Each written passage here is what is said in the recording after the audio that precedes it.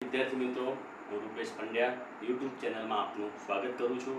આજે આપણે ધોરણ 11 સાયન્સ એના મેથ્સના ત્રીજા ચેપ્ટર ત્રિકોણમિતીય વિધેયનો અભ્યાસ કરવાનો છે. તો વિદ્યાર્થી મિત્રો, આ જે ચેપ્ટર છે તમે 10મામાં ઓલરેડી ભણી જ ગયા છો, ત્રિકોણમિતિ. બસ એ જ ચેપ્ટરમાં થોડું વધારે આપણે શીખવાનું છે, કંઈ વધારે છે નહીં. તો ત્રિકોણમિતિ, તો સૌથી પહેલાં આપણે ત્રિકોણમિતિનો પરિચય મેળવીએ, જે ધોરણ 10માં તમે શીખ્યા છો, છતાં પણ એને આપણે એક પુનરાવર્તન કરી લઈએ. તો ત્રિકોણમિતિ છે એને અંગ્રેજીમાં ટ્રિગોનોમેટ્રી કહેવાય છે. તો એ જે ગ્રીક ભાષાના બે મૂળાક્ષરો છે, ટ્રાઇગોન અને મેટ્રોન, તો આ જે બે વર્ડ્સ છે એ ભેગા કરીને ટ્રિગોનોમેટ્રી શબ્દ બનેલો છે. તો ટ્રાઇગોન મેટ્રોન એનો અર્થ થાય છે ત્રિકોણની બાજુઓનું માપન. તો ત્રિકોણની બાજુઓનું માપન એ જ બસ આ આપણી ત્રિકોણમિતિ છે. તો હવે વિદ્યાર્થી મિત્રો, આપણે ત્રિકોણમિતિમાં જે ગુણોત્તરો શીખ્યા છે ફરીથી એકવાર એનું રિપીટેશન કરી લઈએ, જે ખરેખર જરૂરી છે ત્રિકોણમિતિના પાયા માટે. તો ખાસ તો તમે શીખ્યા છો કે જો કાટકોણ ત્રિકોણ આપણે લઈએ તો કાટકોણ ત્રિકોણ કોને કહેવાય એ પણ તમે જાણો છો કે જે ત્રિકોણમાં એક ખૂણો કાટખૂણો હોય એને આપણે કાટકોણ ત્રિકોણ કહીએ છીએ. તો અહીંયા ત્રિકોણ ABC માં ખૂણો B કાટખૂણો છે, માટે ત્રિકોણ ABC એક કાટકોણ ત્રિકોણ છે. હવે ખૂણો B કાટખૂણો છે તો એની સામેની બાજુ જે AC છે એને આપણે કર્ણ કહીએ છીએ. તો AC કર્ણ છે. તો હવે અહીંયા ખૂણો A અને ખૂણો C એ બંને લઘુકોણો છે, તો એનું માપ આપણે ધારી લઈએ. ધારો કે હું કોઈ ખૂણા C નું માપ ધારી લઉં છું થીટા. તો જેમ આપણે કોઈ સંખ્યા માટે x, y, z વગેરે ધારીએ છીએ, તો એ જ પ્રમાણે આપણે ખૂણાઓના માપ માટે alpha, beta, gamma, delta, theta વગેરે સંકેતો વાપરીએ છીએ. તો અહીંયા જે થીટા છે એ ગ્રીક ભાષાનો મૂળાક્ષર છે. તો અહીંયા મેં ખૂણા C નું માપ ધારી લીધું છે થીટા. તો હવે આના સંદર્ભમાં અહીંયા ત્રિકોણની બે બાજુઓ AB અને BC છે, એને આપણે નામ આપીએ AB છે એને આપણે ખૂણા થીટાની સામેની બાજુ છે તેને સામેની બાજુ કહી દઈએ, અને BC છે એની પાસે આવેલી છે માટે એને પાસેની બાજુ કહી દઈએ. તો આ સામેની બાજુ અને આ પાસેની બાજુ છે. તો હવે ત્રણ બાજુઓ થઈ, સામેની બાજુ, પાસેની બાજુ અને કર્ણ. તો આ ત્રણ બાજુઓમાંથી જો કોઈ પણ બે બાજુઓનો આપણે ગુણોત્તર લઈએ તો આવા કુલ આપણને 6 ત્રિકોણમિતીય ગુણોત્તરો મળે છે. તો એમાં પહેલો આપણે સમજીએ. ધારો કે આપણે સામેની બાજુ અને કર્ણનો ગુણોત્તર લઈએ, તો સામેની બાજુ ભાગ્યા કર્ણ. તો આ જે ગુણોત્તર છે એને નામ આપવામાં આવ્યું છે સાઇન. તો હવે અહીંયા ખૂણા થીટાની સાપેક્ષે આપણે સામેની બાજુ અને કર્ણ AB અને AC લીધી છે, તો એને સાઇન થીટા આપણે કહીશું. તો સામેની બાજુ અને કર્ણનો ગુણોત્તર છે એને આપણે સાઇન થીટા, આમ તો એનું પૂરું નામ છે SINE, પણ એને ટૂંકમાં આપણે SIN સાઇન અને ખૂણા થીટાના સંદર્ભમાં લઈએ છીએ માટે સાઇન થીટા કહીશું. ચલો તો આ જ પ્રમાણે આપણે બીજો ગુણોત્તર લઈએ કે પાસેની બાજુ અને કર્ણનો લઈએ. તો પાસેની બાજુ ભાગ્યા કર્ણ. તો આ જે ગુણોત્તર છે એનું પૂરું નામ છે કોસાઇન, પણ એને આપણે ટૂંકમાં cos થીટા તરીકે ઓળખીએ છીએ. તો આ છે કોસાઇન એટલે કે cos થીટા. ત્યારબાદ આપણે ત્રીજો ગુણોત્તર લઈએ, તો સામેની બાજુ અને પાસેની બાજુનો ગુણોત્તર લઈએ. તો સામેની બાજુ ભાગ્યા પાસેની બાજુ. તો આ જે ગુણોત્તર છે એને ટેન્જેન્ટ, ટૂંકમાં એને tan થીટા તરીકે ઓળખવામાં આવે છે. તો મુખ્ય આપણને આ ત્રણ ગુણોત્તર મળ્યા. હવે જો આ ત્રણ ગુણોત્તરને આપણે વ્યસ્ત કરીએ તો બીજા આપણને ત્રણ ગુણોત્તરો મળશે, એટલે કે કુલ 6 ત્રિકોણમિતીય ગુણોત્તરો છે. તો ચલો સાઇન છે સામેની બાજુ અને કર્ણ, એના આપણે વ્યસ્ત કરીએ એટલે કે કર્ણ ભાગ્યા સામેની બાજુ કરીએ. તો કર્ણ ભાગ્યા સામેની બાજુ આ જે ગુણોત્તર છે એને આપણે કોસેક, એનું પૂરું નામ છે કોસેકન્ટ થીટા, પણ જેને ટૂંકમાં આપણે કોસેક થીટા તરીકે ઓળખીએ છીએ. ત્યારબાદ પાસેની બાજુ અને કર્ણ છે એનો જે ગુણોત્તર છે એના વ્યસ્ત કરીએ તો કર્ણ ભાગ્યા પાસેની બાજુ. તો આ જે ગુણોત્તર છે એને આપણે સેકન્ટ એટલે કે ટૂંકમાં સેક થીટા તરીકે ઓળખીએ છીએ. અને છેલ્લે સામેની બાજુ અને પાસેની બાજુનો જે ગુણોત્તર છે એને આપણે વ્યસ્ત કરીએ તો પાસેની બાજુ ભાગ્યા સામેની બાજુ. તો આ જે ગુણોત્તર છે એને આપણે કોટેજન્ટ એટલે કે ટૂંકમાં cot થીટા તરીકે ઓળખશું. તો વિદ્યાર્થી મિત્રો, આ 6 જે ત્રિકોણમિતીય ગુણોત્તરો છે એ ખાસ મહત્વના છે, તો આ તો આપણને દરેકને ખાસ યાદ રહેવા જ જોઈએ, તો આપણે આ ખાસ યાદ રાખીશું. તો આપણે હવે સમજીએ ખૂણો. તો ખૂણો શબ્દ, આ શબ્દથી તમે પરિચિત જ છો. સામાન્ય રીતે વ્યવહારમાં પણ આપણે બે દિવાલો વચ્ચે જે એંગલ બને છે ટૂંકમાં એને આપણે ખૂણો કહીએ છીએ. તો ખૂણો શબ્દ છે એ પરિચિત જ છે. તો હવે ખૂણો એટલે શું? તો સામાન્ય રીતે કોઈ એક પ્રારંભિક કિરણ લઈએ. ધારો કે આ પ્રારંભિક કિરણ છે OA, આને પ્રારંભિક કિરણ કહીએ, અને આપણે અહીંયા ભુજ તરીકે લઈએ. તો આ પ્રારંભિક ભુજ છે. હવે આ પ્રારંભિક ભુજનું જો આપણે સ્થાનાંતર કરાવીએ તો આ ભુજ છે, ધારો કે આટલું આપણે એને સ્થાનાંતર કરાવ્યું અને એનું અંતિમ સ્થાન અહીંયા આવ્યું, તો એને આપણે અંત્યભુજ તરીકે ઓળખીએ છીએ. તો અહીંયા જે પ્રારંભિક ભુજ છે અને આ અંતિમ ભુજ છે, ધારો કે અંતિમ ભુજને આપણે OB કિરણ નામ આપી દઈએ, તો આ બંને ભુજ વચ્ચે જે આ માપ છે, તો આ માપને આપણે ખૂણા તરીકે ઓળખીએ છીએ. તો અહીંયા OA કિરણ અને OB કિરણ વચ્ચે જે માપ રચાય છે એને આપણે ખૂણો કહીએ છીએ. અહીંયા O જે ઉદ્ભવ બિંદુ, એને આપણે ખૂણાનું ઉદ્ભવ બિંદુ તરીકે ઓળખશું. તો હવે અહીંયા બંને માટે આપણે ખૂણાનું અર્થઘટન સમજ્યા. હવે ખૂણાના માપ માટે સમજીએ. તો આ બંને વચ્ચે જે આ માપ છે એ માપ આપણે માપવા માટે બે માપ જાણીતા છે. એક અંશ માપ છે અને બીજું માપ છે રેડિયન માપ.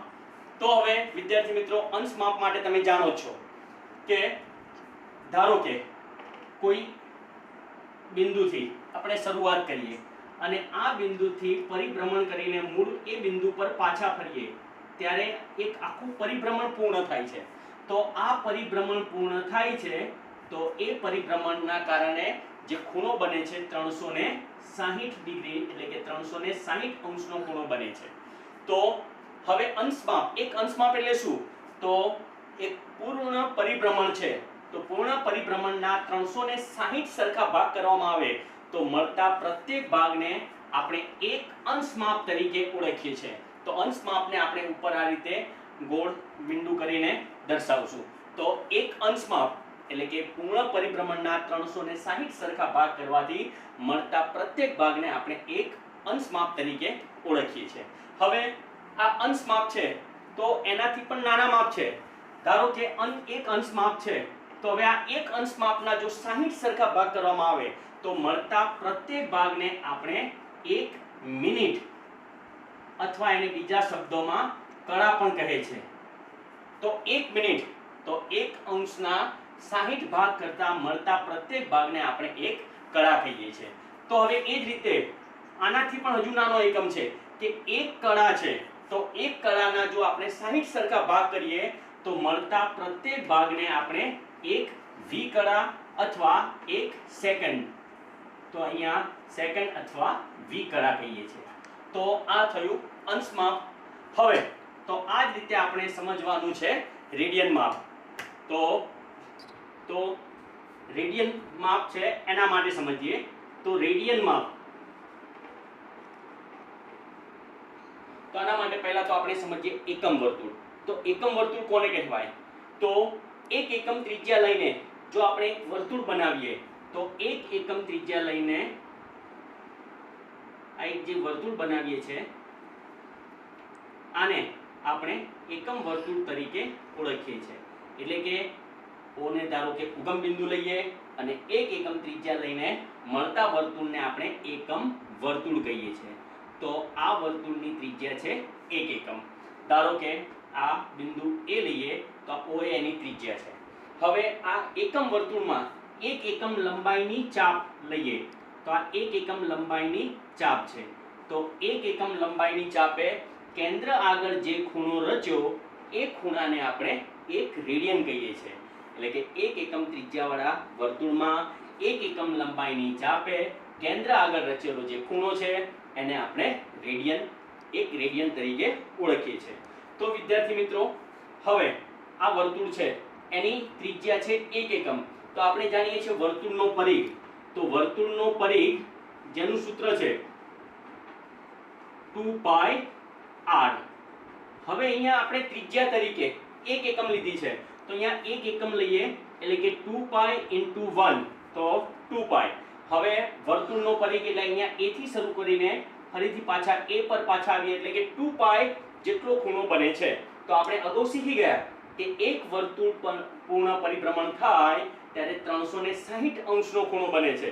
તો અહીંયા એ જ રીતે અહીંયા આપણને 2 પાઈ નો ખૂણો બને છે, તો 360 અંશ એટલે અહીંયા આપણને મળશે 2 પાઈ. તો આ અંશ માપ છે, આ રેડિયન માપ છે. તો 360 અંશને જો રેડિયનમાં લખવા હોય તો એને આપણે 2 પાઈ કહીએ છીએ. તો હવે આના પરથી આપણે સમજીએ, ધારો કે 180 અંશ હોય તો એને આપણે જો રેડિયનમાં ફેરવવા હોય તો આનાથી અડધા એટલે કે પાઈ. તો 180 અંશ એટલે પાઈ રેડિયન. હવે અહીંયા આ O કેન્દ્રવાળું વર્તુળ છે, એમાં ધારો કે L લંબાઈની ચાપ છે, તો L લંબાઈની ચાપે કેન્દ્ર આગળ જો થીટા માપનો ખૂણો આંતરેલો હોય અને અહીંયા વર્તુળની ત્રિજ્યા 1 એકમની જગ્યાએ ધારો કે આપણે કોઈ પણ માટે લઈએ r, તો r ત્રિજ્યાવાળા વર્તુળમાં L લંબાઈની ચાપે કેન્દ્ર આગળ રચેલો જો ખૂણો થીટા હોય તો થીટા = આપણને મળશે L/r. તો આ L/r નો જે ગુણોત્તર છે એ કેન્દ્ર આગળ રચાતો ખૂણો જે રેડિયન માપમાં આપણને મળશે. તો આટલા રેડિયન માપ આપણે કહી શકીએ છીએ.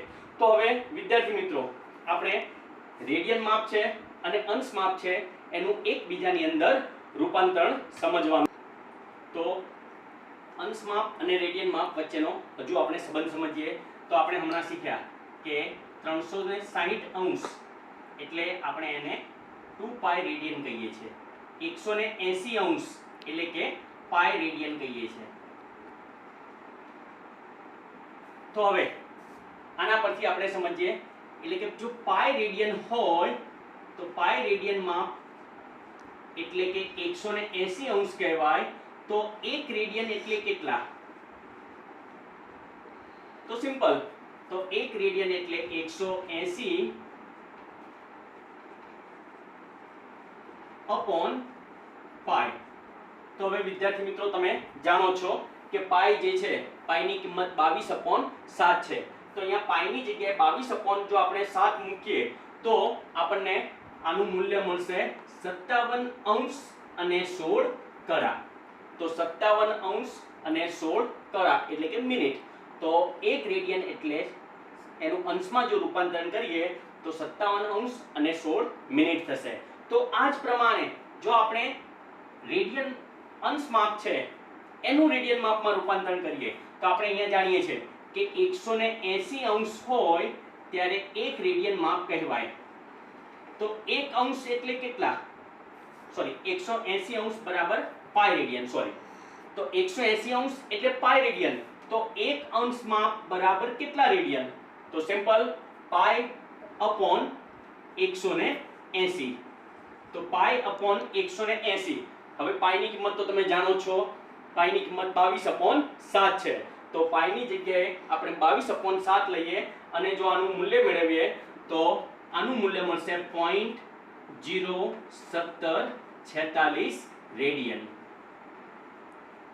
તો વિદ્યાર્થી મિત્રો, 1 રેડિયન એટલે કેટલા અંશ માપ અને 1 અંશ માપ એટલે કેટલા રેડિયન એ આપણે ખાસ યાદ રાખવાનું છે. તો હવે અત્યારે આપણે અંશ માપનું રેડિયનમાં અને રેડિયનનું અંશ માપમાં રૂપાંતરણ કઈ રીતે કરવું એના 1-2 ઉદાહરણ સમજીએ છીએ. તો રેડિયન માપનું અંશ માપમાં અને અંશ માપનું રેડિયન માપ, ધારો કે આપણે રેડિયન માપમાં રૂપાંતરણ કરવું છે.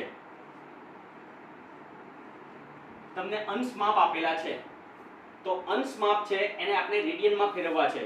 તો એનું જે ફોર્મ્યુલા છે તો 180 થીટા, થીટા એટલે કે અંશ માપ, તો 180 પાઈ અપોન 180 ઇન્ટુ અંશ માપ છે. કારણ કે સોરી, રેડિયન માપનું આપણે અંશ માપમાં રૂપાંતરણ કરીએ છીએ. તો પાઈ અંશ માપ અપોન 180. તો આ જ પ્રમાણે જો આપણે અંશ માપમાં એનું રૂપાંતરણ કરવું હોય તો અંશ માપ, તો હવે આનાથી ઉલટું આપણે રેડિયનમાં રૂપાંતરણ કર્યું. હવે અંશ માપમાં રૂપાંતરણ કરીએ તો તમને રેડિયનમાં માપ આપેલું હશે અને એને આપણે અંશ માપમાં ફેરવવું છે. તો 180/π ઇન્ટુ જે રેડિયન માપ છે એ લખવાનું. તો રેડિયન માપ. તો વિદ્યાર્થી મિત્રો આપણે આ બંનેની મદદથી અંશ માપનું રેડિયનમાં અને રેડિયનનું અંશ માપમાં રૂપાંતરણ સમજશું. તો સૌથી પહેલા તો આપણે સિમ્પલ 30, 45, 60, 90, 180 અને 360 માટે તો તમે જાણો છો. તો અહીંયા 30 અંશ છે તો 30 અંશ માપ છે એને રેડિયન માપમાં ફેરવવું છે. તો અહીંયા અંશ માપની જગ્યાએ જો આપણે 30 લખીએ તો પાઈ ગુણ્યા 30/180. સપોઝ અહીંયા હું તમને સમજાવું છું કે પાઈ અપોન 180 ગુણ્યા અંશ માપ છે 30. તો અહીંયા 30 લખો તો 30 6 તરી 18 તો 30 છ 180. તો એનું જો આપણે રેડિયન માપમાં રૂપાંતરણ કરવું હોય તો અહીંયા થશે π/6. તો આ અંશ માપ છે અને આ આપણે એનું રેડિયન માપમાં રૂપાંતરણ કર્યું. તો હવે એ જ રીતે 45 અંશનો ખૂણો છે તો π/180 ગુણ્યા અંશ માપ છે 45. તો 45 ચોક 180 તો મૂલ્ય મળ્યું આપણને π/4. તો 45 અંશ એટલે એને રેડિયનમાં લખવા હોય તો થશે π/4. હવે એ જ રીતે 60 અંશ છે તો π/180 ગુણ્યા અહીંયા ખૂણો છે 60 અંશનો તો 60 તરી 180 તેનું મૂલ્ય મળશે π/3. તો હવે એ જ રીતે 90 અંશ તો π/180 ગુણ્યા અંશ માપ છે 90 તો 90 દુ 180 માટે એનું રેડિયનમાં રૂપાંતરણ થશે π/2. અને 180 માટે તો આપણે અગાઉ શીખી ગયા કે 180 એટલે રેડિયનમાં ફેરવવું હોય તો પાઈ થશે 360 એટલે 2π. તો વિદ્યાર્થી મિત્રો આપણે અંશ માપ અને રેડિયન માપ આપણે આ જે માપ છે એ યાદ રહેવા જોઈએ કારણ કે આ જે માપ છે આપણે એનો વારંવાર ઉપયોગ કરશું. તો હવે આપણે અંશ માપનું રેડિયન આના સિવાયના કોઈ અંશ માપ હોય કે આના સિવાયના કોઈ રેડિયન માપ હોય તો એનું એકબીજાની અંદર આપણે રૂપાંતરણ કઈ રીતે કરવાનું છે ચલો એનો એક આપણે ઉદાહરણ લઈએ છે. તો ટેક્સ્ટ બુકનું એક ઉદાહરણ છે. તો પહેલું ઉદાહરણ આપણે સમજીએ. તો ઉદાહરણ એક પહેલું જે છે એ આપણે સમજીએ. તો 40 અંશ અને 20 કળા છે એટલે કે 20 મિનિટ. 40 અંશ અને 20 મિનિટ તો આ જે માપ છે આપણને અંશ માપમાં આપ્યું છે. હવે આપણે એને રેડિયન માપમાં ફેરવવું છે તો રેડિયનમાં રૂપાંતરણ. તો આપણે રેડિયન માપમાં જાણીએ છીએ તો રેડિયન માપનું સૂત્ર છે કે પાઈ ગુણ્યા અંશ માપ અપોન 180. તો પાઈ થીટા અપોન 180. તો હવે અહીંયા જે 40 અંશ અને 20 મિનિટ છે તો આને મિનિટ છે એને આપણે અંશમાં ફેરવીએ તો આને આપણે આમ લખી શકીએ ને કે 40 અંશ અને 20 મિનિટ છે તો પ્લસ 20 મિનિટ છે એને આપણે જો અંશ માપમાં ફેરવવા હોય તો હમણાં જ આપણે શીખી ગયા કે એક અંશના 60 સરખા ભાગ કરવામાં આવે તો મળતા પ્રત્યેક ભાગને આપણે મિનિટ કહીએ છીએ. તો અહીંયા મિનિટ છે એને અંશ માપમાં ફેરવવા છે તો માટે એને આપણે 60 વડે ભાગી દઈશું. તો 20/60 તો 20 તરી 60 એટલે કે 1/3. તો 40 પ્લસ 1/3 તો અને મિશ્રમાં ફેરવીએ તો 40 તરી 120 અને 121 તો 121/3 અંશ માપ છે. તો આ અંશ જ છે પણ અહીંયા આપણને અંશ માપ અને મિનિટ બંનેમાં ભેગું આપેલું હતું તેને આપણે અંશ માપમાં પહેલા તો લખી દીધા. હવે આપણે એને રેડિયનમાં ફેરવવું છે. તો આપણે જાણીએ છીએ કે રેડિયન માપ તો રેડિયન માપમાં રૂપાંતરણ કરવાનું સૂત્ર છે π/180 ગુણ્યા અંશ માપ. તો ચલો આમાં કિંમત મૂકી દઈએ તો π/180 ગુણ્યા અંશ માપ છે 121/3 તો 121/3. તો હવે આનો આગળ કોઈ ભાગ થશે નહીં તો ગુણાકાર કરી દઈએ. 121 ગુણ્યા પાઈ એટલે 121 પાઈ અને છેદમાં 18 તરી 54 એટલે કે 540. તો આ થયું રેડિયનમાં રૂપાંતરણ. તો 40° અને 20 કળા એટલે 121/540 પાઈ રેડિયન. તો આ જ પ્રમાણે આપણે બીજું ઉદાહરણ સમજીએ. તો રેડિયનનું અંશ માપમાં રૂપાંતરણ સમજીએ. ધારો કે આપણને 6 રેડિયન આપેલા છે. ટેક્સ્ટ બુકનું બીજું ઉદાહરણ છે 6 રેડિયનનું અંશ માપમાં રૂપાંતરણ.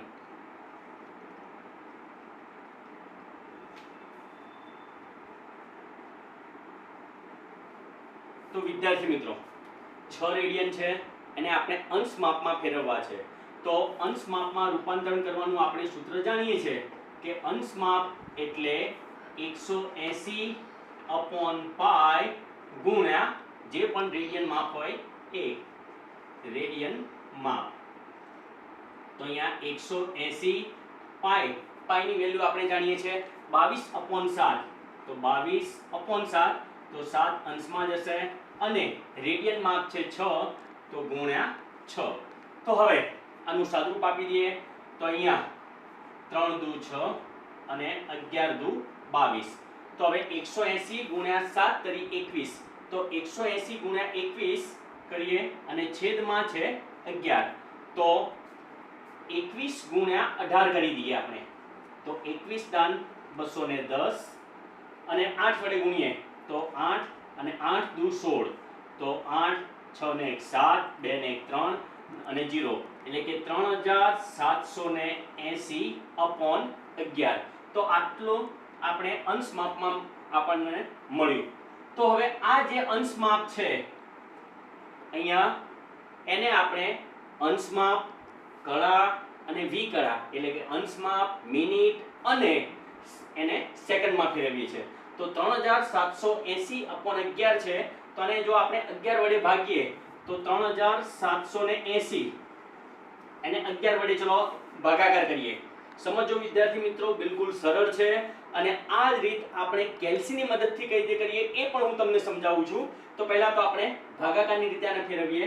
તો 11 તરી 33 4 11 ચોક 44 4 11 તરી 33 તો 7. તો હવે આને મિશ્રમાં લખવા હોય તો આપણે લખશું 343 અને 7/11. તો ટોટલી આપણને આટલા અંશ મળ્યા. હવે જે આ પૂર્ણાંક ભાગ છે એ પણ અંશ છે અને આ અપૂર્ણાંક ભાગ છે એ પણ અંશ છે. પણ જે આ અપૂર્ણાંક ભાગ છે એને આપણે મિનિટમાં ફેરવી દઈશું. તો 343 અને આ જે 7/11 અંશ છે એને આપણે મિનિટમાં ફેરવશું. તો મિનિટમાં ફેરવવા માટે એને 60 વડે ગુણશું તો આટલી મિનિટ થશે. તો હવે અહીંયા 343 60 ગુણ્યા 6 એટલે કે 7 6 42 420/11 આટલી મિનિટમાં એને રૂપાંતરણ કર્યું. હવે અહીંયા ફરીથી પાછી મિશ્ર સંખ્યા આપણે મેળવશું. તો 420/11 છે. તો 420 ને આપણે 11 વડે ભાગી દઈએ તો 11 તરી 33. તો હવે અહીંયા 2 માંથી 3 નહીં જાય તો 10 અને 2 12 12 માંથી 9 બાદ કરો તો 9 અહીંયા 0 એટલે કે 90. હવે 11 18 88 શેષ વધશે 2. તો હવે આને ચલો મિશ્રમાં લખીએ. તો આ તો 343 પૂર્ણાંક છે એમના એમ અને આને મિશ્રમાં લખવા હોય તો 38.2/11. તો 38.2/11 મિનિટ. હવે અહીંયા 38 અને આને આપણે છૂટા પાડીએ તો 343 અંશ માપ થયું. આ 38 છે એને આપણે મિનિટમાં અલગ કરી દઈએ અને આ 2/11 મિનિટ છે એને આપણે સેકન્ડમાં ફેરવીએ. તેને સેકન્ડમાં ફેરવવા માટે આપણે 60 વડે ગુણશું. તો ગુણ્યા 60. તો હવે એનું રૂપાંતરણ થયું સેકન્ડમાં. તો 60 ગુણ્યા 2 એટલે 120. તો 343 મિનિટ અને 60 દુ 120/11 સેકન્ડ. તો 120/11 છે એનો 11 વડે ભાગાકાર કરીએ તો 11 એકા 11 1. તો હવે 0 ઉપરથી 0 ઉતારો તો 100 થયા. 11 નવા 99. તો આ રીતે ટૂંકમાં ભાગ આગળ ચાલ્યા કરશે. એટલે કે 10.9 છે તો 10.9 ઇઝ એપ્રોક્સિમેટલી 11 11. તો 10.9 એ 11 ની નજીક છે. તો આને આપણે આ રીતે લખશું 343°38 મિનિટ અને 120/11 નું મૂલ્ય મળ્યું આપણને 11. તો 11 સેકન્ડ. તો 6 રેડિયન એટલે 343°38 મિનિટ અને 11 સેકન્ડ થશે. હવે આ જ ગણતરી આપણે કેલ્સીમાં એટલી સરળતાથી કરી શકીએ છીએ. આપણે કેલ્સીનો તો ઉપયોગ કરવાનો જ છે. તો કેલ્સીની મદદથી આ સરળતાથી કઈ રીતે ગણી શકાય ચલો એ સમજીએ. તો કેલ્સીની મદદથી હું અહીંયા મોબાઈલની મદદથી ગણતરી કરું છું. તો મોબાઈલમાં તમે કેલ્સીમાં એ રીતે ગણતરી કરશો. તો હવે અહીંયા આ જે માપ છે એ બિલકુલ આપણે સરળતાથી મેળવી શકીએ છીએ. ચલો 3780/11 આપણને મળ્યા, સાદુરૂપ આપ્યું. તો 3780 ભાગ્યા 11 કરી દઈએ તો અહીંયા આપણને જવાબ મળે છે 343 પોઈન્ટ. તો પોઈન્ટ પહેલા આપણને મળ્યા 343 અંશ. હવે પોઈન્ટ પછીની જે સંખ્યા છે પોઈન્ટ 63 63 64 તો એને આપણે 60 વડે ગુણી દઈશું. તો ફરીથી નીલ કરી દઈએ. પોઈન્ટ 63 63 64. હવે એને આપણે 60 વડે ગુણવાના છે. ગુણ્યા 60 તો આપણને મળશે 38 પોઈન્ટ. તો પોઈન્ટ પહેલા 38 મળ્યા તો એ 38 થશે મિનિટ. અને પોઈન્ટ પછીની જે સંખ્યા છે પોઈન્ટ 18 18 4 એને આપણે ફરીથી 60 વડે ગુણી દઈશું. તો પોઈન્ટ 18 18 4 એને 60 વડે ગુણી દઈએ તો ઇક્વલ ટુ 10.9 એટલે કે 11. તો 11 વી કળા.